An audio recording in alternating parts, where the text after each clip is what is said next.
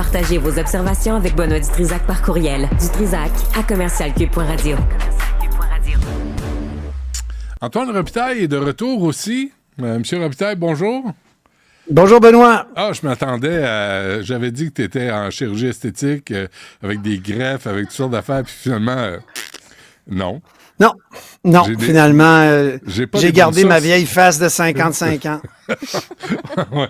Mais tu sais quoi, le grand Mais plaisir j'ai perdu de la ça? voix. Comment ça? J'ai perdu la voix, je ne sais pas pourquoi. J'ai attrapé comme un espèce de virus, j'imagine. Mais ça donne l'impression que j'ai fait du karaoké toute la fin de semaine. C'est pas le cas, Benoît. Mais je pourrais quand même pousser la note, si tu veux, à un moment donné. Non, je t'en prie. C'est correct. Plus tard. On essaie de garder les gens qui nous regardent. Mais ça court, hein, ce virus-là. Chanter du Ginette Renault, je suis bon dans les karaokés là-dessus. Parfait. Écoute, on se rappelle à 14h, puis tu me feras ça, OK? Parce que je vais avoir fini l'émission. Tu veux revenir sur les Patriotes? Bon, encore une fois, oui. Oui, mais j'ai quelque chose de nouveau, mon cher Benoît. On a beaucoup parlé de Desjardins, qui ont vraiment, chez Desjardins, il y a plusieurs succursales là, qui ont fait une erreur avec la Journée nationale des Patriotes, une espèce d'affiche où on voyait le drapeau canadien. Ça n'a pas tellement rapport. Le drapeau canadien est apparu dans les années 50, quand on y pense. Ça a été adopté au début des années 60, si je ne m'abuse. Donc, c'est un anachronisme. Et aussi, parce qu'on aurait pu dire, après tout, bon, la rébellion du Bas-Canada, du Haut-Canada, c'était pour le Canada. Bon, à la limite, on peut tirer ça de même, mais ça marche pas. Ça marche pas, et pas du tout.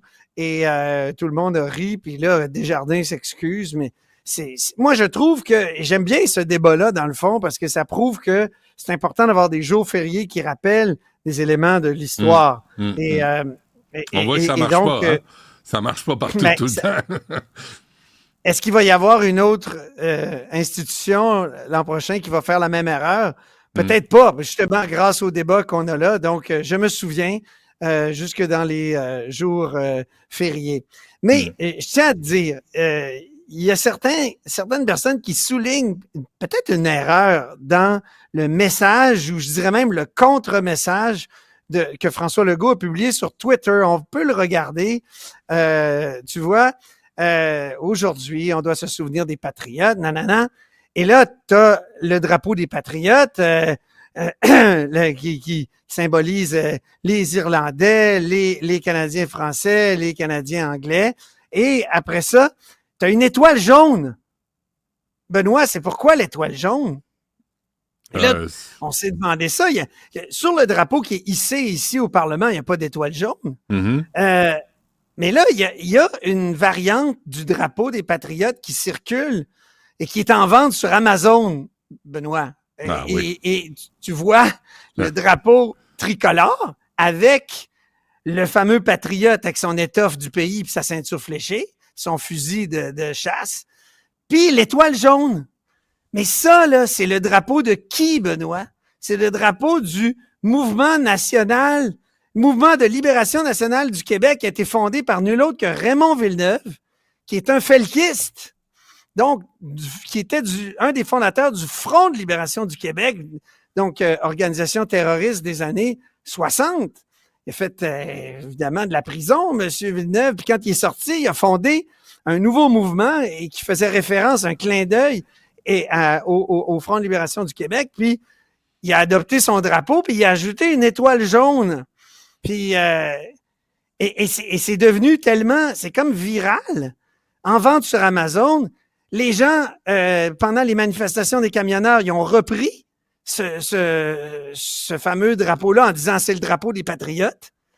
Mais là, le premier ministre fait l'erreur de mettre une étoile jaune en soulignant mais donc, c'est le drapeau la journée des Patriotes. C'est le drapeau des felkistes. C'est le drapeau du Mouvement de libération nationale du Québec, du felkiste Raymond Villeneuve, qui avait fondé le FLQ aussi. Et quand il est sorti de prison dans les années 80-90, il a créé ce mouvement-là qui était assez extrêmement nationaliste aussi. Je ne sais pas si tu te souviens. Sacré Cop s'en souvient, oui. Ah oui, il y a des gens qui se sont revendiqués du MLNQ pour lancer des billes, je ne sais pas si tu te souviens, dans des vitrines de Second Cup parce qu'il affichait en anglais, il affichait en bilingue, en fait. Donc, c'est un peu particulier. Moi, j'ai contacté le bureau du premier ministre. On était un petit peu mal à l'aise. On a dit, on voulait pas s'associer à ça, évidemment. Nous autres, on voulait souligner les patriotes. Et puis, notre intention, c'était ça. Mais c'est intéressant de voir que, justement, il y a tellement eu de changements à propos de cette date de jour férié-là, Benoît, que tout le monde est mêlé. C'est ça, hein? Dollar, la reine, les patriotes. Mais quels patriotes? On s'en souvient plus. Donc, c'est urgent de faire de l'histoire, puis au moins de profiter de cette journée-là pour nous rappeler ça. Je tiens à souligner que le drapeau du mouvement national, du mouvement de libération nationale du Québec avec l'étoile jaune, il avait été classé dans les drapeaux incendiaires. Incendiaires par la Commission sur l'état d'urgence. Très bien. Il y a Gabriel Nadeau-Dubois. Toi, tu trouves qu'il est difficile à suivre? Pas moi. Ah, je le trouve difficile à suivre. Ben oui. Moi, je trouve que ça l'est à quelque chose de pitoyable. Quand tu présentes finalement le mouvement en disant, désormais, on va être pragmatique. Désormais, on va vouloir être au gouvernement. Ça veut dire qu'avant, c'était pas le cas. Ça veut dire qu'il y a des gens qui veulent pas ça. Or, pourquoi on fonde un parti politique, Benoît? Je me souviens très bien, Françoise David, elle disait, va prendre le pouvoir. Être au gouvernement. Françoise David a déjà prédit qu'en 2006, que dans deux cycles électoraux, le Québec solidaire serait au pouvoir. C'est pas arrivé. Hein? Ça fait 18 ans que le parti existe. La CAQ, ça a pris 6 ans avant qu'ils prennent le pouvoir. Le PQ, ça a pris 6 ans aussi. Donc, je vais te dire, je trouve ça un peu étrange. Il dit, choisissons aussi nos combats et faisons preuve que nous sommes capables de livrer la marchandise. C'est ce pragmatisme que la gauche doit se réapproprier.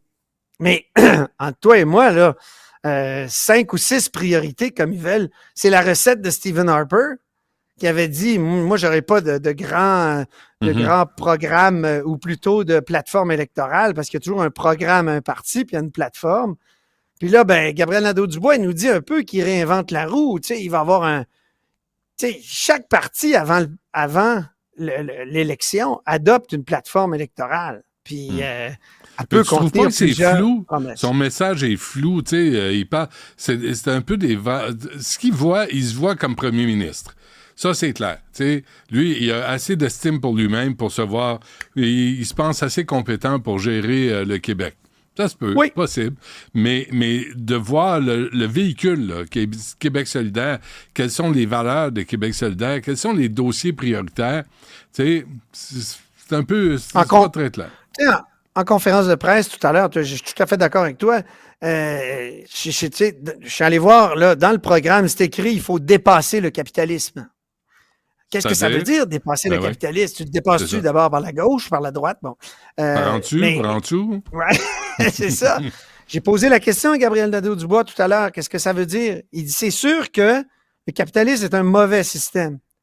Et par quoi on le remplace? Ah bon? Ben oui, communiste? Ben oui, il a dit ça. Donc, par quoi on le remplace?